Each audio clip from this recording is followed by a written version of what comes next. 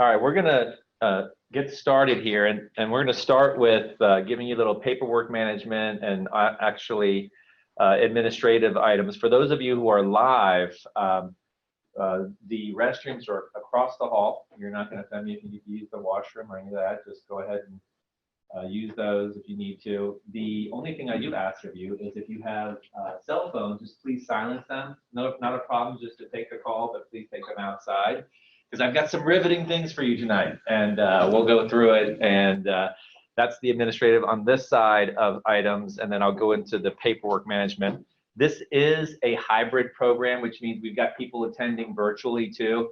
So usually I like to walk around a lot. I'm going to be kind of near this microphone here until I get my bearings and get used to that.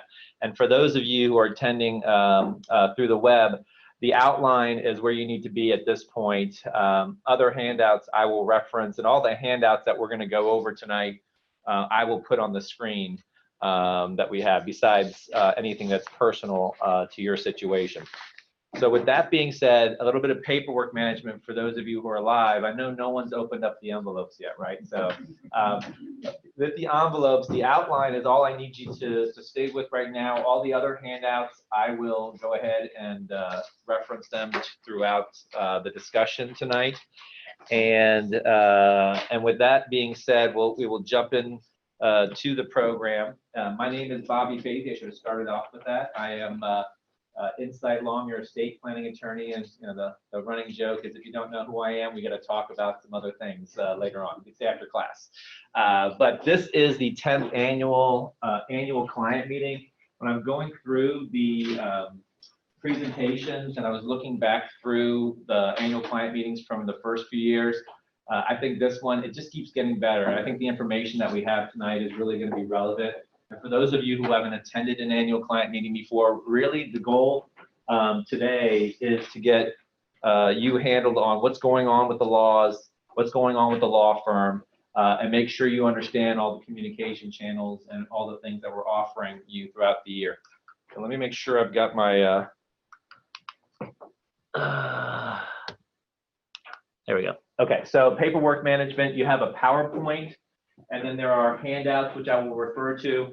And then those of you at home and also here who have brought the client organizer, I'm calling it family organizer. I'm trying to just have one white binder for everyone with regard to that they should be bringing to this annual client meeting. Just a little bit of management as far as the documents. The red book has all of your legal documents that are in there. Trust, medical directives, powers of attorneys, and the like. The white binder is really how to run the plan, who to call. I'll walk you through that checklist of various items. And so the white binder should come to all the meetings. The red binder comes to when we actually update your legal documents that is normally on a 2-year time frame. So that's the kind of paperwork organization. My perspective on, as I went through and prepared this outline is, number one, things change. Government administrations change, your life changes, the laws change. And we're going to talk a lot about the laws tonight and how that impacts your planning. Technology changes, and so we're developing on the technology side.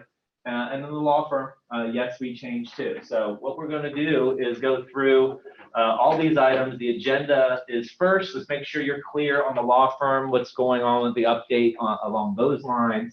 Then we'll get into the legal items. Then we'll go over the Insight Law Legal Services fee discussion I do every year. The Insight Law Family Education Program, so that you know all of the offerings that we have live and virtually. And then make sure you're comfortable with the white client organizer format so that you know what to do with it if there's a question. Okay, this is where I go to look for that issue. But that being said, let me give you an introduction. Make sure you know our team, we're growing. I think you've got a great team. So I feel very confident that we can handle issues. And we've been going through a lot of different planning issues and challenges, and our team has been responding. So I think we're really in good shape. Number one, I'm an attorney, and we do personal estate planning and business planning. Wendy is our associate attorney. She does the lion's share of the document drafting. She's our settlement coordinator. She trained Ginny on the funding support. Really great with the follow through and detail as far as with the drafting, the titling of the assets, and helping our clients. Joel Keith, he's out in Colorado. He has an LLM in tax, and so he's our tax attorney. If there's tax questions that we need to run by him, we will go through and give him a call. Nusha is not here tonight. She is our education director. She's here virtually. My daughter, Nava, had the flu, so she had to stay at home tonight, and so she's on through the web monitoring there, and she's the one responsible for getting everyone here and educate and on the registration, so that's not an easy task as well. Ed Clay is my successor attorney. He's agreed to take over my clients if I get hit by the bus, and I've agreed to take over his if he gets hit by the bus, and so we've developed an internal succession plan at the firm. Ginny Oliver, if you do not know her, she's our funding coordinator. She's in the back there. She is terrific as she's taken over Wendy's role as the funding coordinator to make sure all the assets are titled properly into the trust. And so any of the funding action items or any questions with regard to funding, you're going to talk to Ginny, and she's been doing a great job with regard to the funding. Susan Postal is our new administrative support team member. She's a great addition to our team. She's just come on recently, and we're getting her acclimated to the firm. And so we're very excited with Susan, the addition of Susan. We have also another addition. This is Nava. So she's almost 2 years old, coming in this March. And you know, sometimes she likes to lounge around, and so I walk around the corner. I have no idea what she just happens to be hanging out there. So there's the update on Nava. She's sick tonight, so been kind of a tough week for her. The other thing that I want to make sure you're clear on is new additions to our team, and these are strategic alliances. And what I mean by strategic alliances, these I think are becoming a bigger and bigger deal for our clients and maybe our clients' families. So one strategic alliance that we made was with Elder Tree Geriatric Care Management Services. So they're geriatric care managers. We had them talk at a couple of programs last year of our education programs. What is a geriatric care manager? What do they do? So some of our clients, either their family members or they're dealing with a disability, what may be a long-term care issue, and trying to navigate all of the options that are out there. Do we have home care, assisted living facilities? Can we have a care plan, written care plans? This is someone, if you are in the construction industry and you have a kind of a construction superintendent that's looking out for your interest, this is someone that's really looking out for your interest in the healthcare world when we're dealing with long-term care services. We like them. We kind of vetted them. So we've been working with them, and they did a little presentation last year. We're probably going to have them come up again, and we'll probably tape that so we can have that resource on our website. We had Pam Reynolds also last year talk in November at our trustee training event. She's with Allegiance Home Care, so she runs a business that they are home care professionals where they'll come, and if you or a family member needs to be taken care of at home, they provide those services. And so what she did was just going over, here's what the fees look like. This is where the insurance comes in if you have insurance, or this is if you're self-funding, what you need to think through on those issues. So just trying to provide resources for you if you get challenged with life, right, with these issues, that you, at least we're giving you some things on our side that we've vetted and that you can utilize these people. And just talk to them. You don't have to use them, but you can at least talk to them and see if that makes as a good fit for you. So really, that's going to develop as we go through and as people are aging and dealing with these issues. I think another thing is just navigating the healthcare system and the insurance system. And so, yes. Sound check for your wedding. Okay. Is someone? Do we have is there a sound check? Hold on, just a second.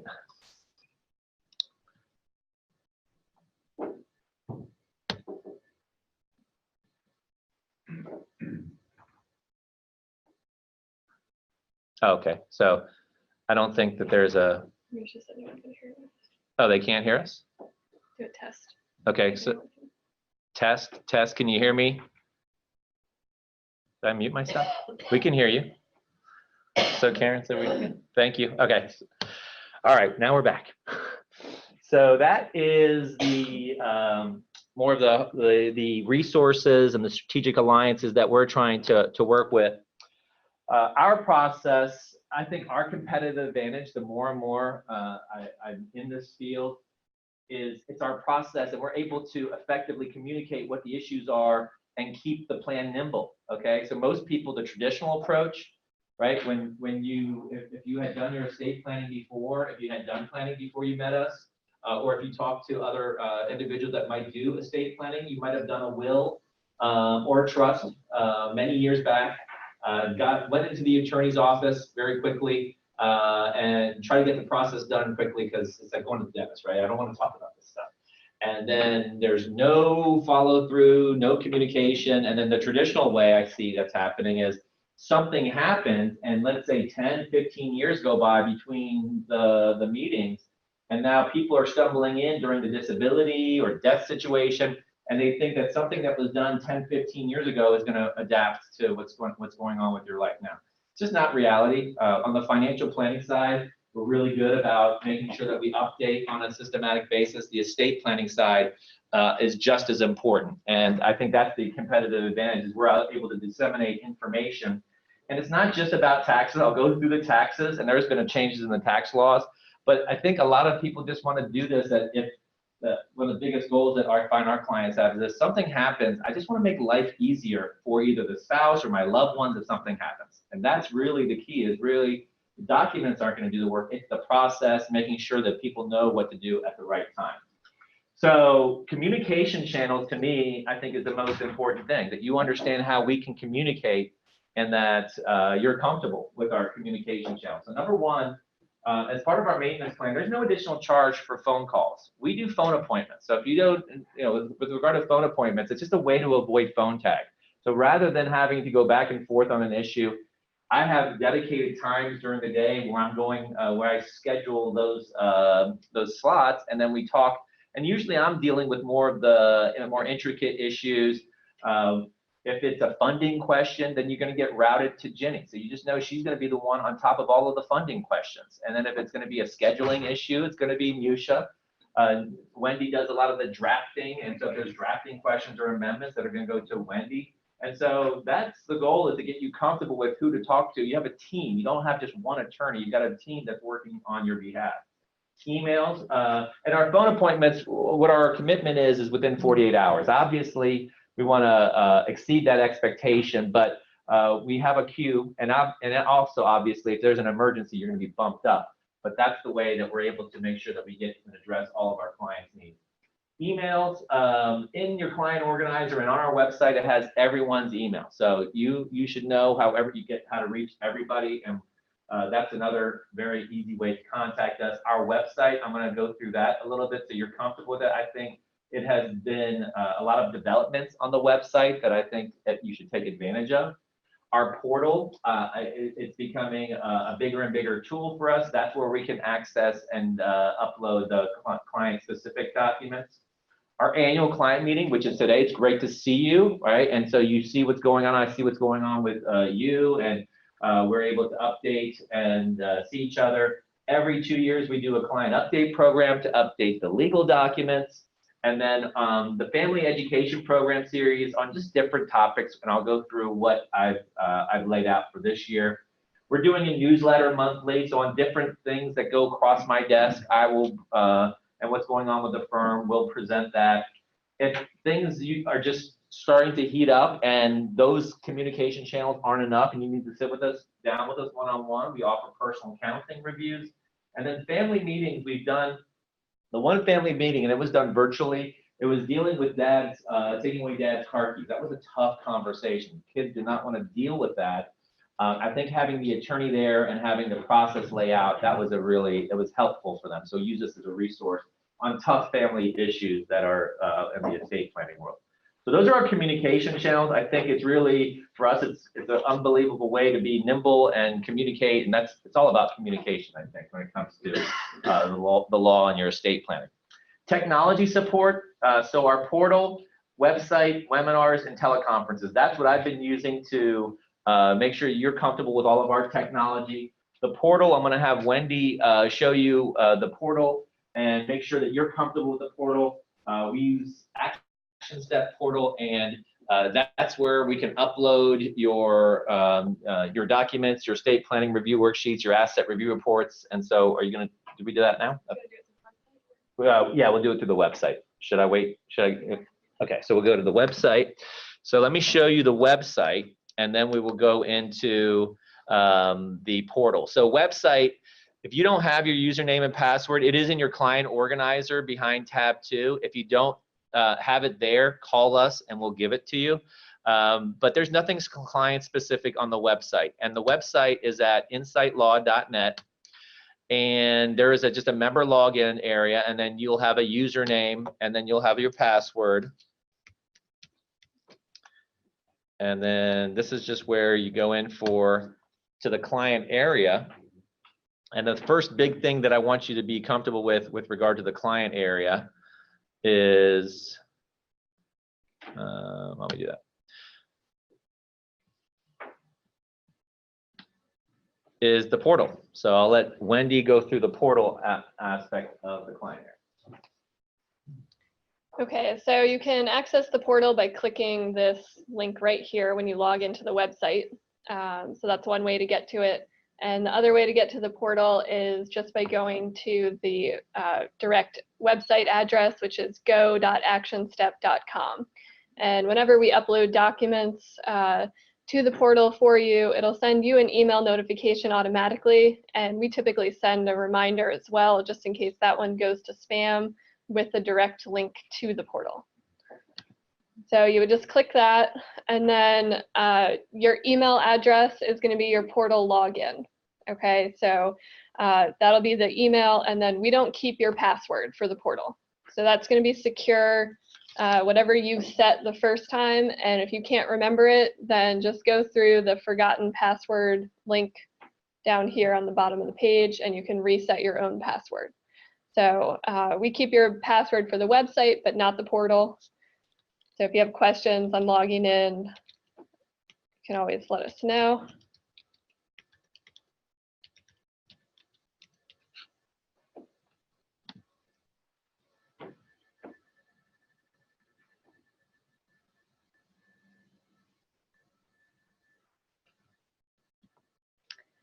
Okay, so once you log in, this is what you'll see. All your documents are in folders, so corresponding to whatever it relates to, whether you have a estate planning review worksheet up there for a client update program, those can be there. You'll also have your renewal packets on there at the end of each year if you've signed up for the portal. So your asset review report and things like that will be on there. And then if you want to upload a new document, you just simply click this link right here, and it'll find, open a folder on your computer. You can upload whatever documents you want directly onto the portal. You can also communicate with us by sending messages through the portal chat as well. So we get that just like an email. So if you're on this and you have a question about something, you can shoot us a message, secure message on here. And then both spouses have access to the same portal, so you guys are both looking at the same documents. You don't have, separate documents on each of your portals. Any questions about the portal, notifications, uploading documents, anything like that? All right. I want to open the door. I don't know how. Okay. All right, while we're here, let me show you the other areas of the website. Just make sure I've got the share. Okay, they've got that. Good. So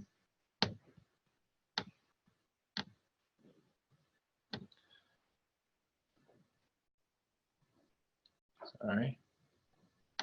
All right, so the other areas of the website, and I will refer to them tonight because there are some things that we're going to tie into changes in the law as well. But the video library, so one thing people ask me is, okay, what about my helpers? Before I just had a video library that has all the videos that I've done on different topics that people have asked us about and all the ones that I think that are important. And we keep adding to that, but then I kind of whittled it down to those information just for helpers and beneficiaries. Who are helpers? Helpers are, if you have minor children, those would be your guardians or your trustees, or if you, for older, those of you that have older kids or don't have kids, those would be your trustees, healthcare agents, people that are going to help you if you're not able to manage things on your own.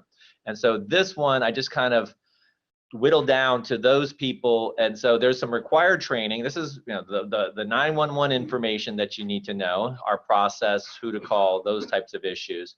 And then basic questions like what is a trust, various roles in estate planning. And then if you're dealing with, if someone's dealing with a disability, I've done some in-depth videos before. That's all I put up on the website. I realized no one was really watching those. So my videos now are like 5 minutes or less usually, okay? Maybe 10 minutes sometimes, but those in-depth ones are an hour. I'm going through the steps of what we do during disability on the legal side, or during the death, what is the legal items that we need to do? And I say, I warn people, these are in-depth videos, okay? And then trainings for guardians of trustees of minor children, that just goes through here. This is what you need to know about Insight Law. You've been named in this role. Makes it a lot easier for those people to, I find just with videos, it's a lot easier. The calendar, I think, is very, this is an easy way to save Nusha some time. This is how you sign up for different client events. And so we're at the Insight Law annual client meeting tonight. Obviously, we can't sign up for that right now. And the other areas I will go through later, but I just want to make sure that you knew that we are developing it, and I think the videos are I'm getting better in front of the camera, so that's good. All right, that's the website. And then for those who have client helpers to access, we have just a very generic, there's nothing client specific on it. That's just to get into the client area where you can get to those videos and that information. And it's just client helper. It's in your packets, capital C, capital H, and then plans that work, capital P, capital T, capital W. That'll work for the helper access. So the videos, quick way to educate you on key topics. I just went through that. And those are the various areas. Oh, the blog. There's one area I want. So these some of the blog items, these are just interesting issues that I find. I think with regard to the blog, there was one issue that's going to come into play when we talk about some of the healthcare items that are out there. So there's a Bobby's blog section, and these are just interesting things that I see, or just unique items. The divorce part, don't worry about that. Someone just asked me a question about that. Basics of biomarkers. One of the ones I wanted to show you was, I don't know if any of you caught this, but this was a guy in Florida showed up in a hospital, and he had the words "do not resuscitate" tattooed to his chest and came into the hospital. So I thought that was an interesting dilemma, right? And the issue there was the doctors, they couldn't find his actual medical directive, and they were trying to decide, does this tattoo actually, is that valid? Is a tattoo valid? And some of the things that we're going to talk about later, this is really just so you can understand and help navigate how the healthcare system is operating in that scenario. So the question that they had talked about, so upon discovering the tattoo, doctors were inclined to ignore it. They reasoned that a DNR is such a serious matter they did not want to throw caution to the wind. They were preparing to treat the patient when the hospital's ethics consultant chimed in and recommended the doctors comply with the DNR tattoo. The ethics consultant suggested that it was most reasonable to infer that the tattoo expressed an authentic preference, that what might be seen as a caution could also be seen as a standing ceremony, and that the law is sometimes not nimble enough to support patient-centered care and respect for patients' interests. So, and another development, they did finally find a copy of his out-of-hospital DNR, and so they did honor the request. It was just interesting, and I think the thing I want to take out of it from a couple things is, we offer tattoo service. No, just joking. What I wanted to say is that shouldn't happen with our clients. We are going back, and one of the things I think with the healthcare advanced medical directives is, and if I don't get this point across to you, I think it's really important. The conversation is more important than the legal document. Okay, we cannot predict every scenario, And my goal is hopefully meetings like this, and then when we give you checklists that are in your client organizers, you talk through these issues. I don't know if any of you watch the show The Good Doctor. I watched it's about an autistic doctor. He's a young doctor, and there was one episode I thought it was interesting, and I asked my wife, what would you think I would want in this scenario? So there was a situation where they were on their way to their wedding, right? So fiance and the man and the woman in this situation, they went to the hospital and they got into an accident. And the husband was the one who was in surgery, and the doctors come out, and the family is there with the other fiance, and they say, you have two options. They say, the first option is we can amputate the leg. Definitely 100% surgery will be successful, very high likelihood, but he's going to live, but he's going to lose his leg. The other one, he's got a 20% chance of death, but we can save the leg, and we can use some type of alternative technique that we could do that. The fiance said, do the more aggressive technique. I know he would want that. He's an active person, and that would not be satisfy his quality of life. The parents said, no way, we want to amputate. And so I asked my wife, I said, what would you think I would want to do, right? And so just ask yourselves, what would you think in that? And for me, I would say go for it, because I'm an active person. So I would take that risk. I don't know if it was 30% or 40%, but 20% I was willing to say, I'll roll the dice on that. But I don't know if you guys want to hear that. But so I thought that was interesting with regard to that. So that's the reason why the questions are there, is the checklists, is to get you to think, okay, do I want experimental treatment or not? Or no, I don't want to deal with that. And some people have very big, very emphatic views on that. And the goal is really to get the communication out. So that shouldn't have to happen, that would happen here. All right, so with that being said, let's go. That was the blog area. And then thank you for those clients that are referring us. It's great that our existing clients are able to refer. It means we're doing something right, and it takes the pressure off the firm as far as having to go out and market. So please let us know if there's people that you find that would be interested in our services. It makes life a lot easier on your client evaluation form. You can let us know. All right, now that's all the firm stuff. Now let's get into the legal update. And so with the legal update, the key was one of the big things is the new tax law.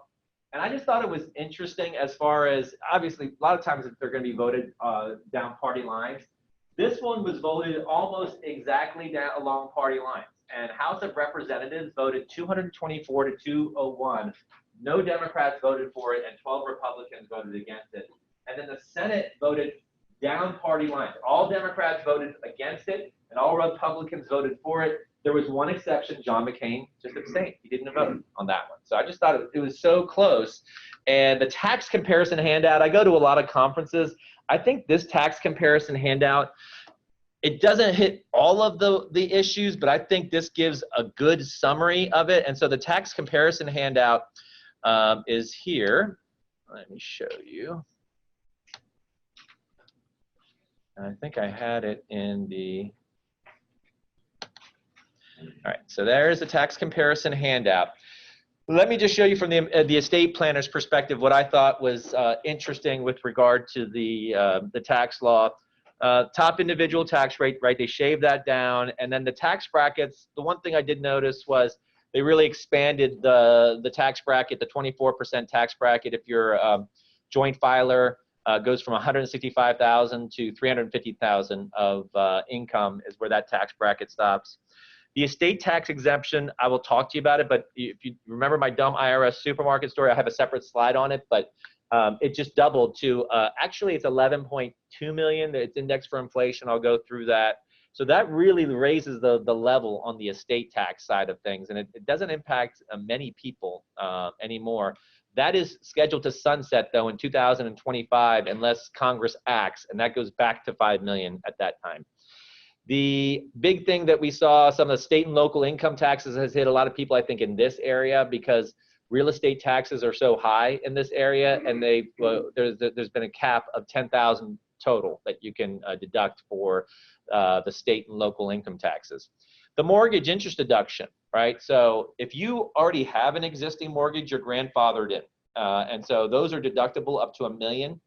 and home equity lines are deductible up to 100,000. So with the new law, and that includes if you refinance. So if you refinance, you're still grandfathered in. If you buy a new house though, it's only deductible up to 750,000, and there's no home equity line deduction. So that was a big deal for the real estate industry. The student loan interest deduction, the only thing I wanted to bring up here was they opened up the 529 plans. So 529 plans or college savings plans are those accounts that you can save for. You could be only, before it was only you could save for college for, tax deferred if you take it out as tax free. They opened it up now where you can actually use, I think the limit is $10,000, but those funds could be used for elementary or high school, private school sources as well. So they've opened it up. You don't have to just use it for college anymore. The other item that's not on here is the ABLE Act. If you have friends or any beneficiaries that are special needs that are on government assistance, the ABLE Act, which Virginia passed, is a way where those with disabilities can save similar to a college plan, a 529 plan. There's an ABLE account that can be used for medical services and providers. $15,000 a year is a limit for that. And then they had some where you can roll some of your 529 over there. If any of that applies to any of you or any of your anybody that you know, I'd be happy to talk to you about those. Standard deduction, the personal exemption they eliminated, but they came back on the standard deduction. That was a big one. They doubled it, right? So they doubled it for married couples. It's $24,000. For singles, it's $12,000 is your standard deduction now. The AMT, they raised the exemptions, and the phase outs are higher, so they give a little bit of a breather there. The Obamacare individual mandate, so that is if you didn't have health insurance, you would be penalized. There's not going to be a penalty now. 2018, that's still in place, but in 2019, there's not a penalty if you don't have your own health insurance. Then the only other thing, the big ones, if you are a business owner, and this is a separate discussion, but I thought this is one of the biggest points to the law, was the corporate tax rate from 35% went down to 21%. And so just need a little bit of background on corporations. I'm not going to get into too much of the details on it, but if you have a corporation, what they mean by the corporation, they mean a C corporation. And a C corporation, those are bigger companies, but those are companies that if they make their earnings or revenue are held in the C corporation, say they made $500,000 that year, what they're saying is that corporate tax rate that used to be the highest tax rate, which used to be at 35%, is now at 21% for those C corporations. And then what happens is those C corporations are owned by stockholders or shareholders, and then they distribute dividends to their shareholders, okay? And then the shareholders get taxed a time. So before, corporations, C corps were not a great way to, if you're structuring your business, because you get taxed twice and they were pretty high tax.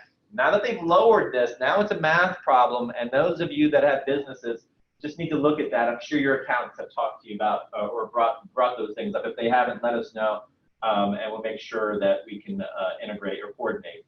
The top pass-through rate, this is another big one too. Pass-through rate, so most people, if they start a business, small business owners, a lot of them are S corporations. Actually, we are an S corporation. An S corporation means that we're a corporation, but we don't get double taxation. So it was one of the best things going for a while, where if we earn money, like if we earn 100,000, it wouldn't get double taxed. It would just go on our personal income tax return.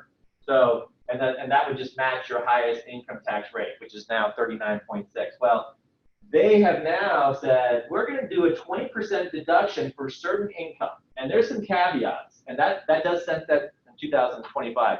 Unfortunately, if you're an accountant, a lawyer, a doctor, these don't apply to you. I guess our lobbies aren't good enough. So those are basically, I was like, lawyers are making laws. Why can't they get this in? So the deduction is, you get a 20% deduction, but there's a lot of nuances to it. It is a math problem. And so that, again, your CPA should be able to talk to you about it. If not, we're able to work through those calculations. I have another slide on that. What was else that I thought was interesting? The expensing, that's definitely, oh, the taxation of foreign income. So one of the goals for this tax law is that there was jobs going overseas.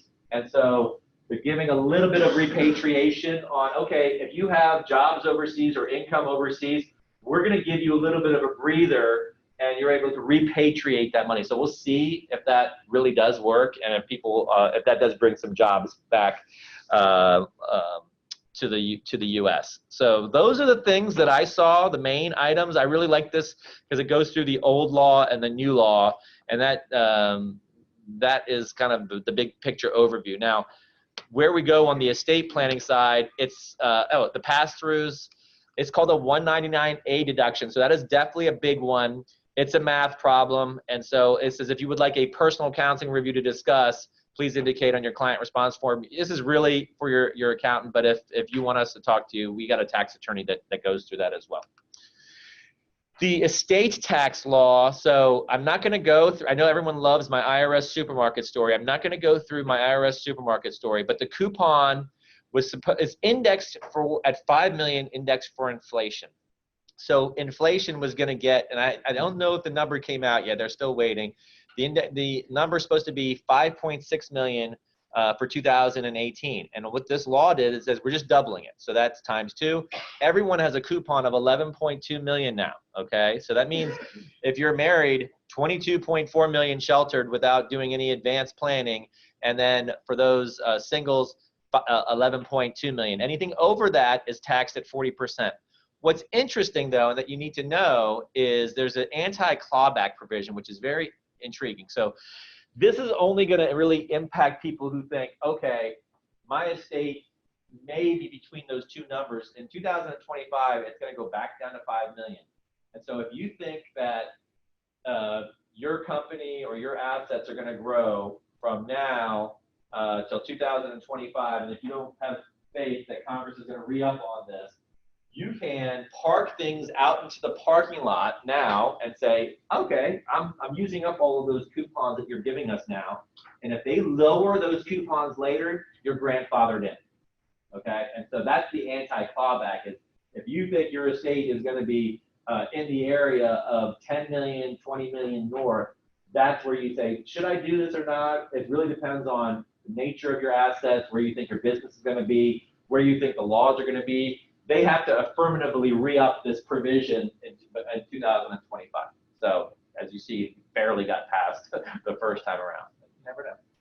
The gift coupon, I always think this is funny. My clients, some people, they'll say, I can still gift $10,000 to anybody, right? And so $10,000 index for inflation, we're at $15,000 now.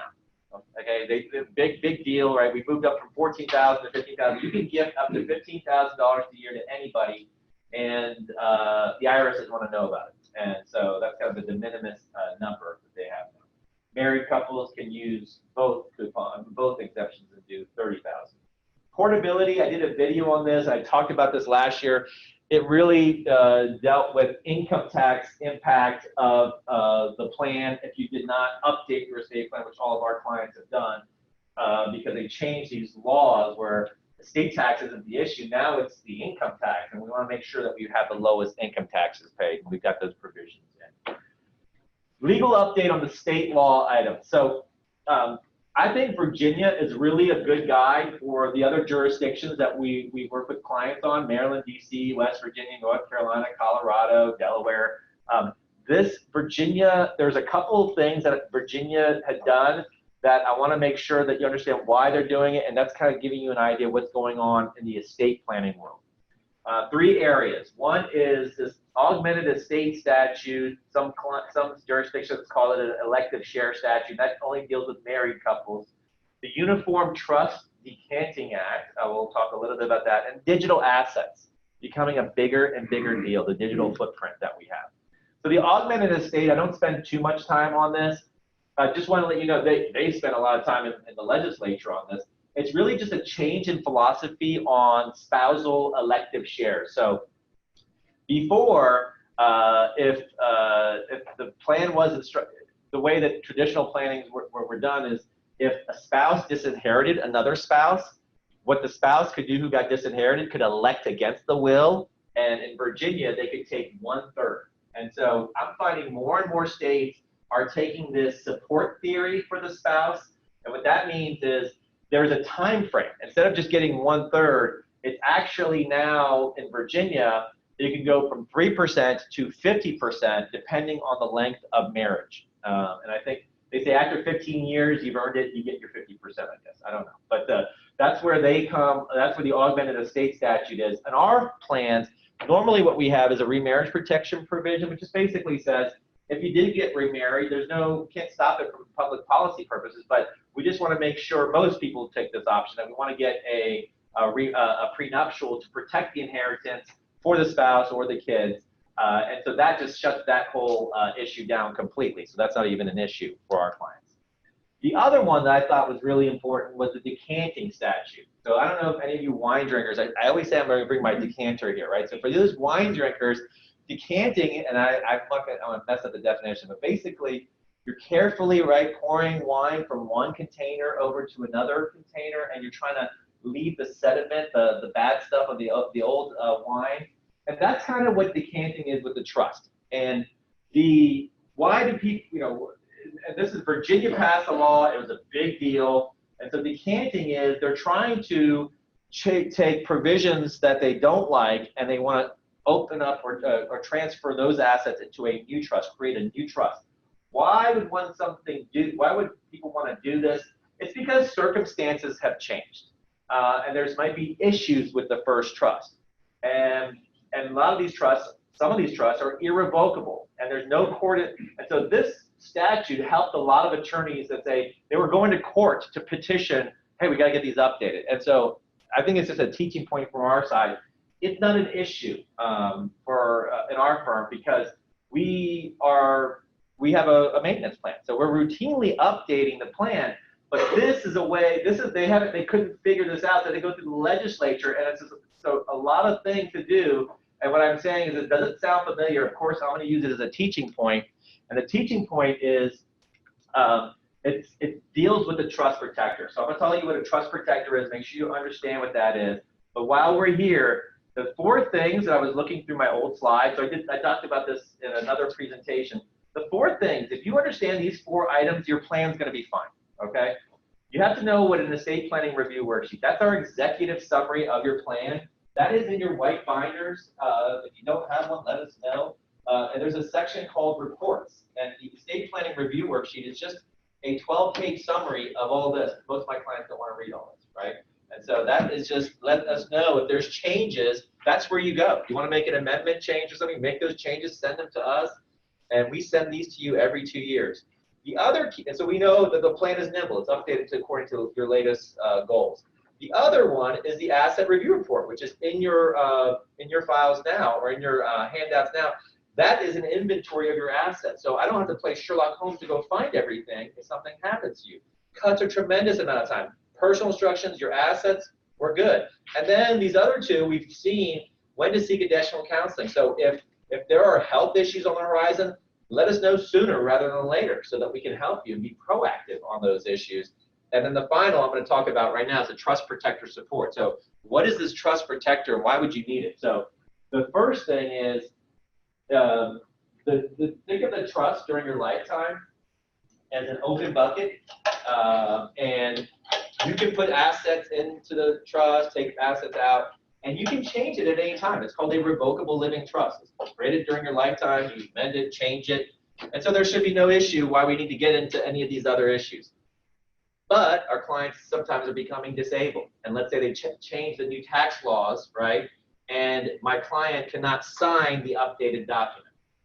This is a way, if you're disabled, that we can get the document updated. Or let's say that you passed away and there's some money in this trust that you want to protect for your beneficiaries, and then there's changes. I can even make changes after your death. Now, we cannot make wholesale changes. And I'll show you, there's a memorandum of intent that we have you go through at each of the annual client meetings, and you're going to see it's stacked in your favor. And most of it says, I want to protect against, I want to minimize taxes to the greatest extent possible, maximize creditor protection, preserve government benefits.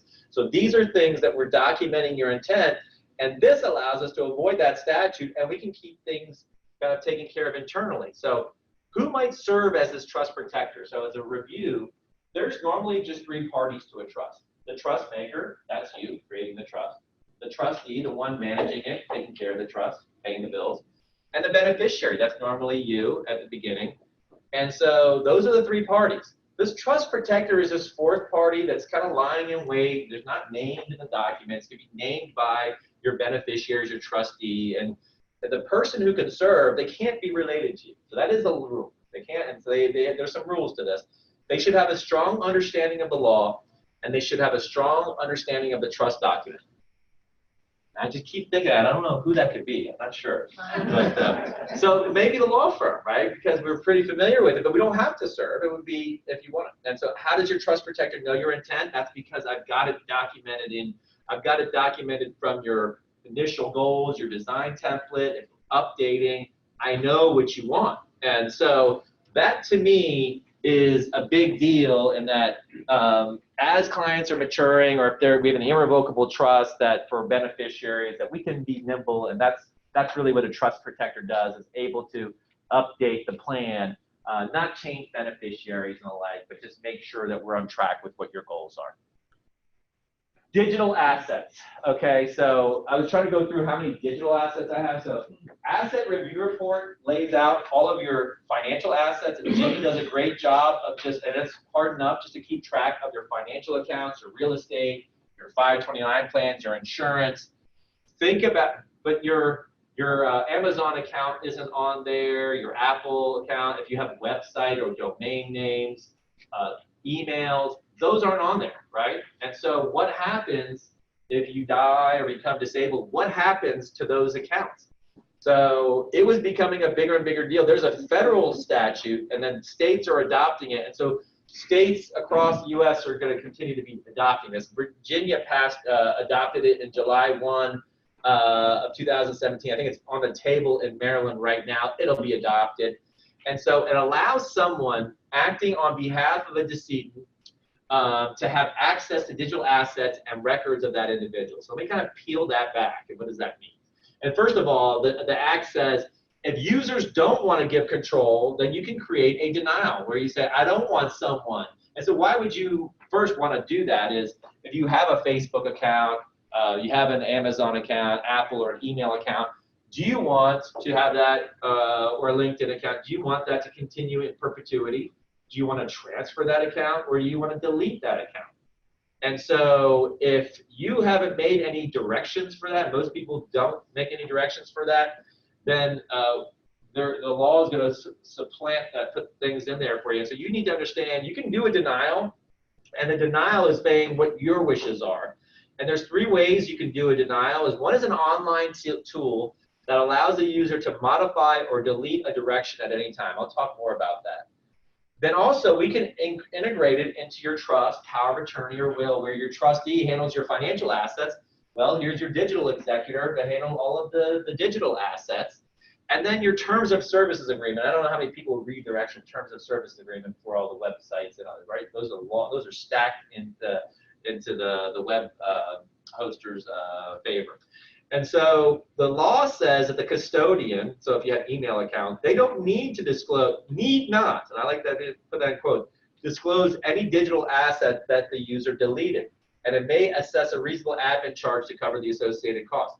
So I don't know, what does need not mean? It means they can disclose it or not. So we just want to give you all the authority and the power to manage things. And so the main thing is you have to let, we're trying to bring up, and we're developing content and a program for that. And we've got some clients that have more technological prowess than I have that are helping us to kind of put that program on for you all.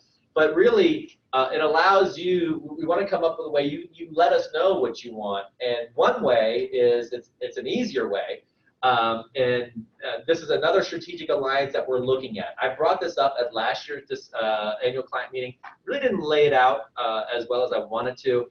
The company is called Directive Communication Systems, and basically like your asset review report, they would have a digital tracking of your digital assets. But the number one thing, and people always ask me this, They do not have your username and password, okay? They do not do that. All they know is, okay, Bobby's got 100 accounts.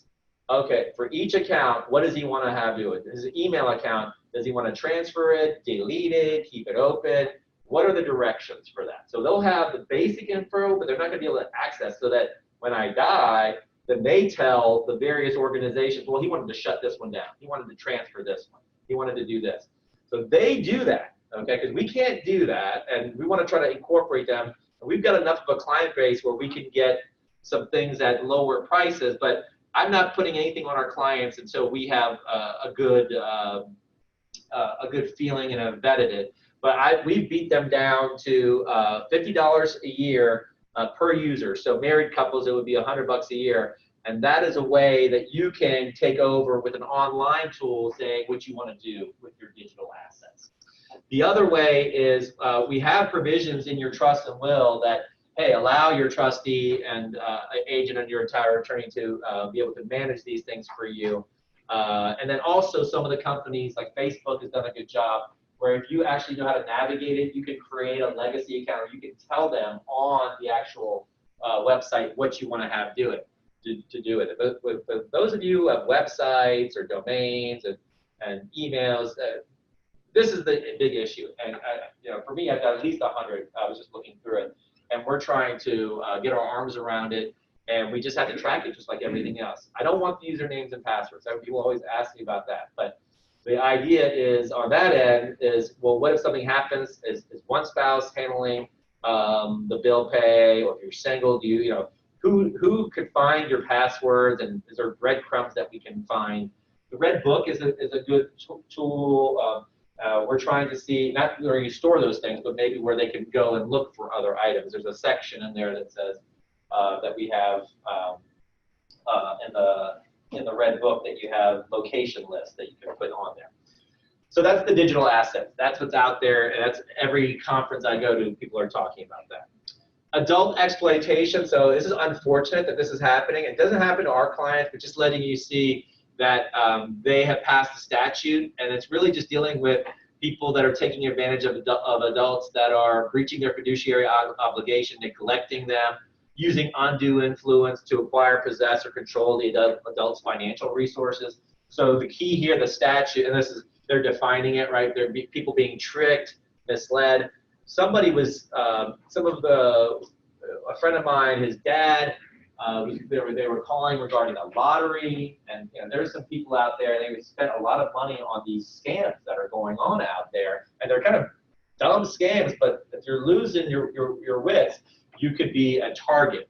And so this statute is saying, look, if you are seeing this, then you can call, you have a couple of avenues, call the police, local police, or Adult Protective Services. And from our side, what we use is, for those of you, we presented at the client update program meetings, is there a trusted family helper if we suspect something is going on, right? If I'm seeing your assets dwindle on the asset review report, or I haven't seen you in a while, I want to call somebody and say, I want to check in on that person, or maybe we drop in to see what's going on to make sure none of those issues are occurring. Medical directives, becoming a bigger and bigger deal. So they defined in Virginia what incapable of making an informed decision. So remember, a medical directive is designating your healthcare agent to make healthcare decisions for you when you're incapable of making those decisions for yourself. And so they define, well, what does that mean when you're not able to? So they're going to have your attending physician, a psychiatrist, a licensed clinical psychologist, licensed psychiatric nurse practitioners, or a designee of the local community service board must make a determination in writing after personally examining. If they say you're not able to effectively manage or effectively incapable of making an informed decision, then your healthcare agent steps in. Well, what I wanted to use is this opportunity for to make sure you're clear on what the advanced directive does, and then there are these physician's orders that are becoming more prevalent, and you just want to make sure that you're aware of them and that you're not taken off guard if you do see these. So in Maryland, they call them a MOLST form, a Maryland Order of Life-Sustaining Treatment. Virginia, they call it a POST form, a Physician's Order of Life-Sustaining Treatment. every state has a different, they're adopting these. So an advanced directive, like I said, they're only effective after you've lost capacity, okay? If you can blink and the doctor feels that you can communicate, these don't take effect. And so the healthcare agent can make this is for you only after you're not able to do that.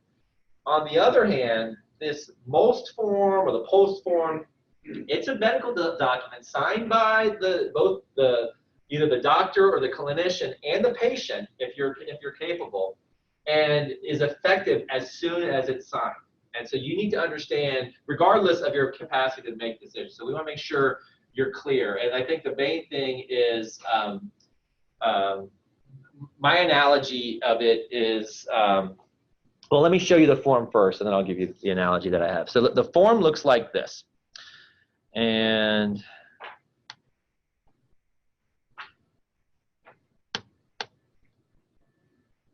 this is Maryland's. Maryland is this, I mean, it looks, all the states are pretty much the same. So the first thing that I wanted to show you on this is I hereby certify that these orders are entered as a result of a discussion with and in the informed consent of, it can be done by the patient's healthcare agent. So if the patient the healthcare agent is the one they're talking to at this time. And they're only talking to you if CPR is on the table. That could be a possibility in your situation. So if it's like a routine surgery, they're probably not going to bring this to you. At least I haven't heard that from any of our clients yet. And the other thing you need to know about this form is that it's voluntary. So you see in bold here, the patient's or authorized decision makers' participation in the preparation of the MOLTS form is always voluntary. And really what it's doing is they want to know if you want CPR, attempted. Attempt CPR or no CPR. And if you have no CPR, they give you these options where, okay, no CPR, but do you want to be intubated? Don't want to be intubated? So they're throwing a lot of things at you. And the way, so I coach lacrosse, and my analogy was the advanced directive is kind of like the game plan that you go through in the locker room, and you said, this is what I want in these various scenarios. This form is like you're on the field, and they're saying, okay, here's a specific situation, and they're saying, you want to have CPR? You don't want to have it? And there's a lot of, that could put a lot of pressure on you if you haven't thought through that. And all I wanted to make sure is first you knew that you don't have to do it. You could just stick with your directives and your agent could follow. Or if you know the situation, that's where I think the communication is critical, is why, what's the point? Is that the main thing is that if you do think you have this issue, then the main thing is it overrides your medical directive. That's number one. And maybe you want to do that, but we'll talk about what the hospitals are giving you when you walk in there, but it really comes down to, what is the health situation? Is it heart disease, COPD, cancer? Is this something where you've already thought through the issue and you don't want this type of treatment? What crises are likely to come up with your situation? I think the main one is if I discuss with my family and my doctor, right? I mean, think through this issue in calm circumstances rather than you're just, on that line. And so this kind of leads me to the fact that with your medical directive, if you go to the hospital, I think the administration is just trained to say, here, sign this directive, and they just override the directive that you've thought through on your own. So you have directives, and if you have your DocuBank card with you, and I have, tell my clients always have that card with you. And so with the DocuBank card, it basically is just like carrying your medical directives in your wallet. And I just think this is an issue where they're trained to come at you a certain way, and you got to have, this is where you need to have a patient advocate and say, no, actually I have a card and I have my directives already done. And that's why I thought that DNR blog, that the one who tattooed DNR on his chest, what I thought was interesting. And this is what gives me an idea or thought about when you're picking your healthcare agent. And sorry that's so small, but it's in your packets there, but I wanted to get all the language on there. In choosing your healthcare agent, many characteristics can be more important than birth order. In the best case, the agent should understand medical jargon used by the doctors. Although the agent may not be familiar with medical language, he or she may need to question the recommended treatment and its consequences. An agent might also need to appeal a decision made by the hospital to transfer the client to another hospital to get the necessary treatment, and to demand the hospital's ethics committee. So it's the second time you've heard ethics committee. I think for a lawyer, I'm just trying to put arrows in my quiver, right? If I say that, they're going to start getting a little bit nervous, right? So my attorney said that I have my directive and I have a right to, so these are the things that I'm trying to arm you with. And I'm not saying you don't do it, but just don't be surprised by these documents coming at you and that. And my goal is just to get you comfortable and familiar with those. Okay. The Maryland passed a law on creditors' rights, which I thought was interesting. So this gives me a way to, or an opportunity to go through the creditor protection of a trust. So some people make this mistake, and I want to make sure you're clear. While you're alive, your revocable living trust is really a will substitute. It'll transfer your assets at death the way you want, and if you get all the assets into the trust, it'll avoid the court process. That's a good benefit of it. And it also has disability planning, which takes a much bigger benefit than a will. But when you die, most people have opted to have these clients called school bus trust or lifetime protected trust, where we put the lid over the box and say, this is my hard-earned money for my beneficiaries, for their health, their education, their maintenance, but not for their creditors or ex-spouses or for the government to take. With their creditors, you can take their money, not my money. That's how trust law works, okay? And so this law basically is saying, well, when someone dies, some people say, well, do I still have to pay my mortgage? Yeah, you still are the mortgage. And so you pass away, if you have debts, the trust is liable for those debts that you are obligated to pay. Well, this Maryland statute, Virginia doesn't have this one yet, but they're saying, okay, if you're a trustee of a trust and you publish in the newspaper, this person died, and you publish this notice to creditors, after 6 months, if they don't come back after you, then they're shut down from that. Now, that's pretty interesting. Now, I got to read the fine print. I think you got to notify the creditors if you know them, but if I just got to publish it in the newspaper, and then if I just wait 6 months, and then we're magically around that. So we're going to see how that case, they just passed this law, okay? So I'm going to see how that case law develops and look further at the legislative intent. I just thought this was an interesting piece of legislation there. Maryland, they, 2018, their estate exemption in Maryland moved up to 4 million, which is this is interesting, okay? So Maryland passed this law. If you've been following me with the annual climate meeting, I keep saying, last year was 3 million. So keep hanging on, it'll keep going up a little bit. So it's at 4 million now, and what the Maryland law says is that it will match the federal level in 2019. What's the federal level? 11.2 million. So in Maryland is going to jump next year from 4 million to each individual can shelter 11.2 million in Maryland. Why are they?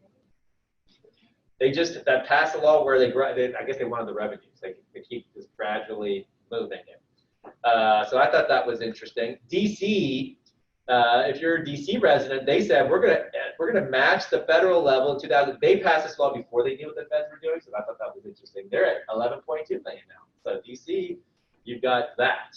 Virginia does not have an estate tax. I tried to write that up here, and West Virginia as well. West Virginia and Virginia are very closely related as far as the laws that I just went through. For those of you who are not leaving your IRAs to charity, and so you can leave your IRAs to charity, and that's a way to do that. The only thing I wanted to bring up with this, I keep bringing up every year, but all the conferences I go to, they keep still talking about this case that happened in 2014. So just to make sure you understand the case, this is dealing with IRAs. So I have a lot of clients with IRAs, and they want to know, okay, you got to protect all my non-IRA assets. What about my IRA assets? And so this case was dealing with a mom who left her IRA to her daughter.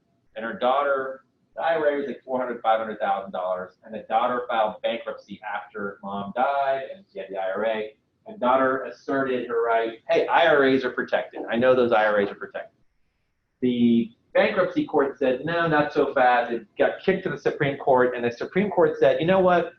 Mom's IRA, because she worked for it during her lifetime, it was protected, but because you really didn't you didn't work for it, and you're a beneficiary, we're not going to protect it for the beneficiaries. Yeah. So inherited IRAs are not protected. So states are starting to respond to that. Some states are saying we want to protect the IRAs for beneficiaries, but it's still developing. And so I want to make sure you're clear. If it's a married couple situation, under that logic, you would think that the spouse would not have protection, but commentators are saying, no, if the spouse rolls over their IRA into the IRA, it's going to be protected from creditors. Now, in Virginia, the IRA protection goes up to about $1 million. Maryland IRAs are protected to an unlimited level. So every jurisdiction has got different amounts as far as IRA protections. And so spouses, okay, you got a stronger argument. But if you've got beneficiaries, that's why we have the trust listed as a beneficiary. It's the same deal.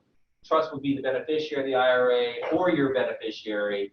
And the issue there is with stretch outs, and I'm not going to get into all the details. I did a presentation on that. So I'm trying to get ones that I like that I can post onto the web. So if you missed the live one, and I will have another one coming, not this year, but next year probably. So that's really what the IRA is about. Insight Law Legal Services fee discussion. I basically talk about this every year. The renewals that we get are reinvested back in the firm, better technology, new team members. So you see, we're just trying to get better. And so new education and library offerings. I always announce in the year ahead if there's any increase. There's no increase for 2019. I call wealth reception planning included. That's all the education planning that I'm doing throughout the year. And so let me show you the family education program. You should have a calendar in your packets there. I gotta fix that slide.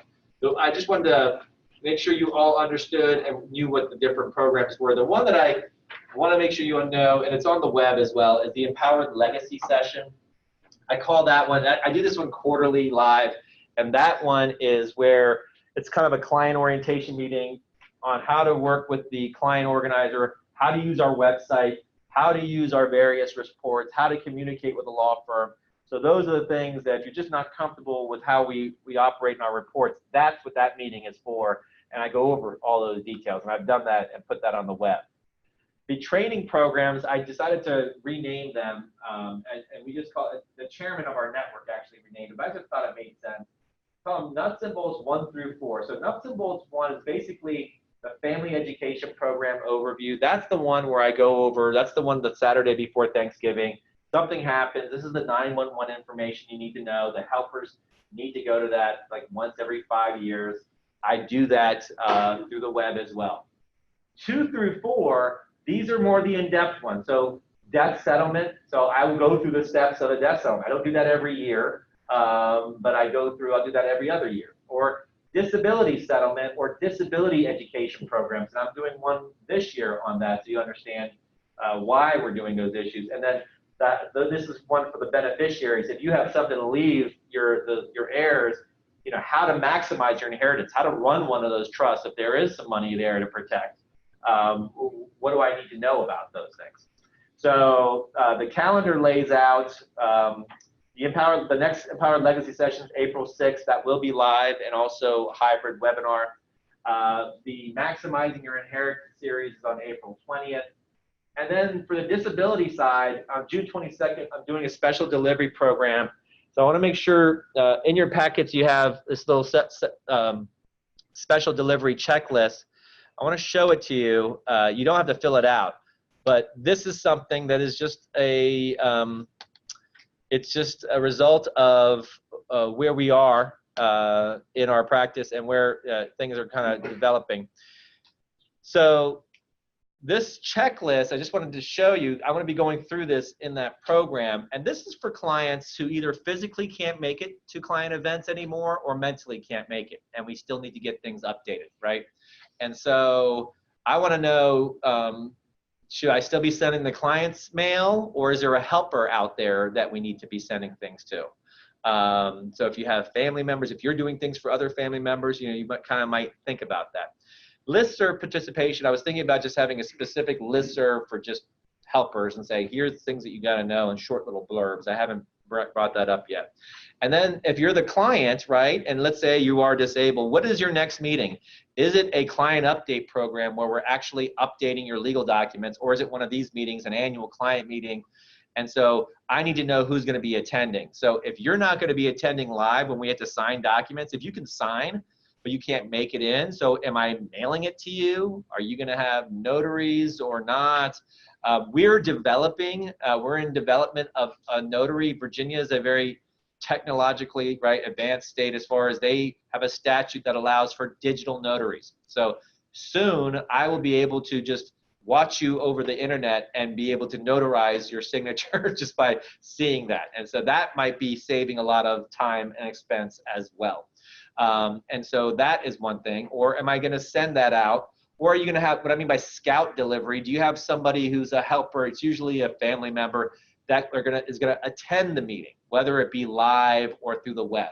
So I just want to make sure that they're comfortable and that we get your plan updated and that we got you covered.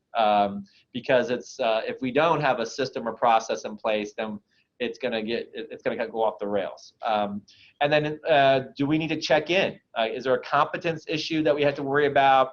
Who's your helper that we need to make sure we understand that they're clear on? This proactive elder law program really has developed from our clients wanting it. And this is not for everybody. This is more about if you're concerned about Medicaid and long-term care expenses, okay? So long-term care expenses in this area, this is if you have to go into a nursing home or you want home care and you want someone to take care of you at home. Then in this area, it's anywhere from $6,000 or $7,000 a month to $15,000 a month, depending on the type of care you want.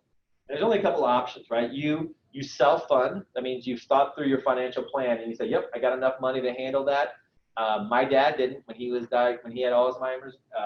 He had all of his money in a retirement plan. And if you're familiar with traditional IRAs and when you take money out of those, I didn't bring my envelope, but when you get the tax and you take the money out, right? You get ordinary income tax, and then we're using that money to pay for his health. It blew through it really quickly, right? So that's not a good plan. So is there a plan? And then, or you can get long-term care insurance or Medicaid, right? So that's really it. Medicaid is the only government payer of long-term care. And in order to get the government to pick up the tab on it, you have to prove that you're penniless, okay? Like $2,000 or less. And I'm in no way advocating anything. I just want to make sure you're aware that usually people are doing this in crisis. Mom's going into the nursing home. We got to move all the assets out, right? And so that is not a good way to do planning, and that is not legal. I mean, then you can do it, but they are onto that, and there's got to be a 5-year period. And so proactive elder law is saying, okay, if we see things and our assets, we could be subject to that. Maybe we want to park some things off, and trusts are the way you do that. You use a trust. It's not a revocable trust, it's an irrevocable trust. And then we just put some assets there, and if we're ahead of the game, those fall off after 5 years. They fall off the radar for 5 years. Just having options. That's why it's better to know things earlier rather than later, and that's what that is about. The 4 essential elements of a plan that work, I went through this before. So whoever your helper is, they just need to know what the asset report is, the estate planning review worksheet. They need to know those 4 items, and then we're going to be good. They need to have come to one of those education programs, either live or through the web, and then just these other recommended trainings. So really just kind of developing this program now, and that's what that special delivery system checklist is for. Okay. The client update program, if you have a red dot on the outside of your envelope here, and for those of you who are on through the web, I guess we're going to have to just notify you, or Nusha will definitely notify you if it's your year. But from July through September, we will update your red books, your legal documents. And so just the main thing with that is if you are updating during that time frame, married couples, we need both people to be there to sign because both of you are on there. So sometimes only one couple come. And if you don't come, let us know like a week or 2 in advance because we're drafting a lot of documents. And Wendy, if you tell her like you're not coming the last day, we're putting a lot of time in. So just be respectful of us. It's not just one update. We're doing 30 or 40 at a time. And so just if you're reserved, let us know. If you can't make it, just give us some heads up, like a week or two in advance. That would be very helpful for us. The earlier, the better. In November, our trustee training, the one that I do every year, the Saturday before Thanksgiving, that is the one that we'll do there. Let me see. Okay. Then the posted education video. So those are on our website. I just get questions from people. I've got a lot of things on there. So look at the video section. Back to basics, if you're just fuzzy on what the trust does and how it works. I did that one a few years back. I'll probably update that again in a few months just to kind of give you an overview of that. And then those other programs that I was telling you about, for those for guardians, trustees, empowered legacy session. Why do we recommend naming your trust the beneficiary of an IRA? What is portability and why should you care? And so those are just some of the videos that I am doing. And then let me know on the client response form what other videos you'd like us to do. I don't have a problem. I'm starting to get very comfortable in front of the camera. So how to run the plan. The client organizer, just to make sure you're clear on it. We keep updating it. For those of you who have the older versions of it that don't look like this, let us know. But basically, it's just an easy way. The first laminated card in the front just says, these are the 911 things if something happens that you need to know. Tab 1 is who to call. Just lays out everyone's name, email, phone number, so it's very easy. Tab 2 is our technology, your username and password for the website. Remember, there's a separate username and password for the portal. Your reports are in tab 3. Calendars are in tab 4. And 5 is your healthcare checklist. And so if these are blank, you should do them and send them to us. I think talking about it, if you want to change yours, there's a section on the website that have the blank form. So there's nothing client specific on the website, but there's a section that we have. Go to the client area.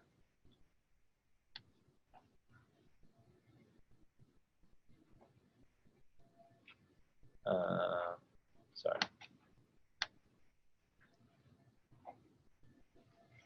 Sorry.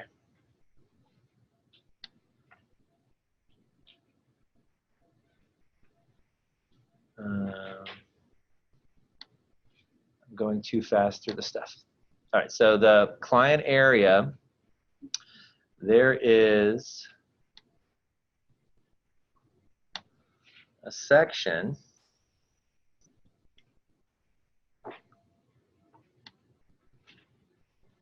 access important client. So there's nothing client specific there. It says access important client documents. And then here, if you wanted to update the calendars there, if you wanted to update your healthcare instructions, there's blank ones there. Letter of instruction to guardians and trustees. And then I have the in-depth videos. Here's one that I just wanted to bring up to you before we kind of start with some of the administrative items and start closing down. This is a personal legacy declaration. I had done this before NAVA was born, and I was kind of looking at this declaration form. This is all the non-material wealth, right? The life lessons, the values. And I looked back at it, I was chasing around the other day. I said, you know what, these are the good times. And then I wanted, yes, the assets, having everything in order is really important. And you better believe I've got a lifetime protective trust for her where that's locked down, baby. But the idea with that is I just thought there's a good point to this this poem that's here. And so I'll read you the poem. I get, you know, I always think about my dad and just different issues with my dad.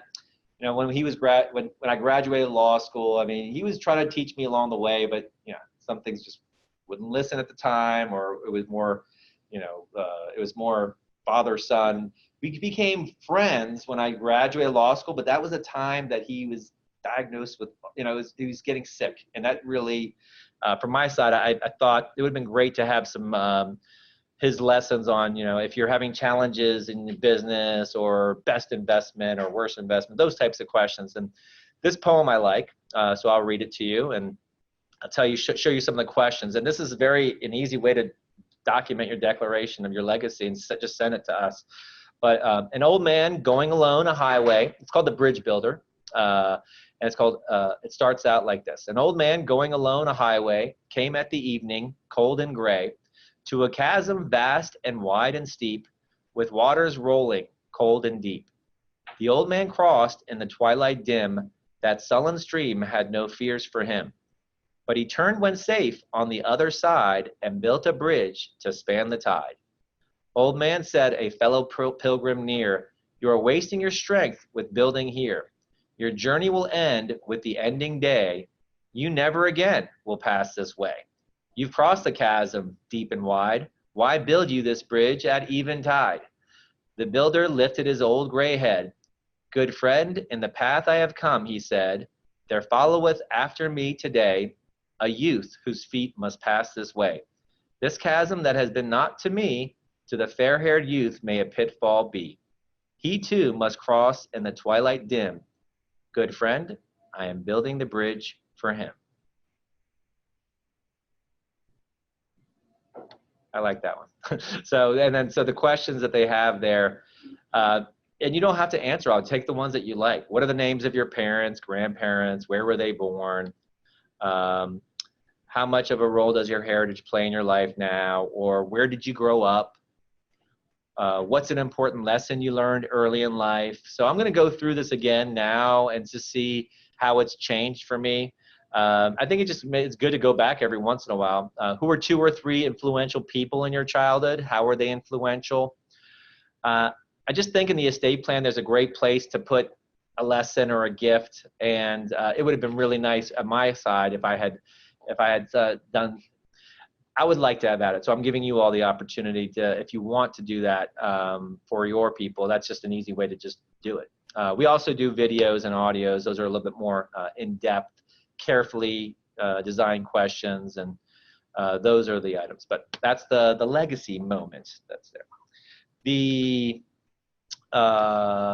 memorandum of intent. So now let's do the logistics. In your packets, there is a memorandum of intent that looks like this. This is remember I was telling you about the trust protector.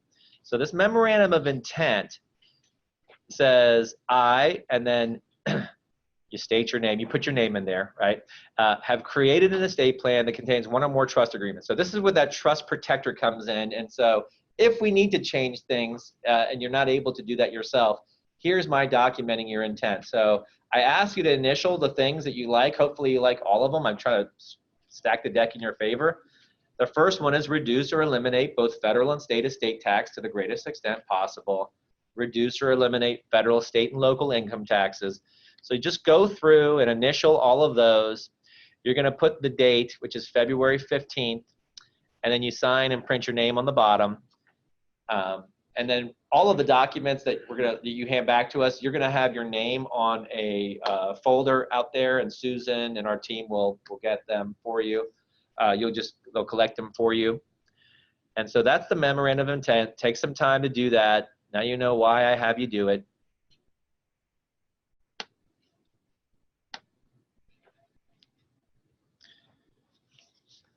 For those of you who have not gone paperless, yes, there is a paperless portal request form. Yes, I'm going to keep bombarding you with it until we go paperless and go digital. It's just a lot of paper out there, a lot of trees that we're killing, and it's just we're just moving in that direction. And in a few years, that's how it's going to be, and we're just trying to get ahead of the curve. You have a calendar that has a 3-hole punch there. If you did bring your client organizer, the calendar would go behind tab 4. You can just put that there behind tab 4 in your client organizer. Your asset review report, that is your latest one. So if you have your asset review report, that is in tab 3. If you want to give us your old one, you leave that up front. We'll shred that, put it in your folder. And if you want to keep your PowerPoint from today, if you took notes, that could go behind tab 4 as well.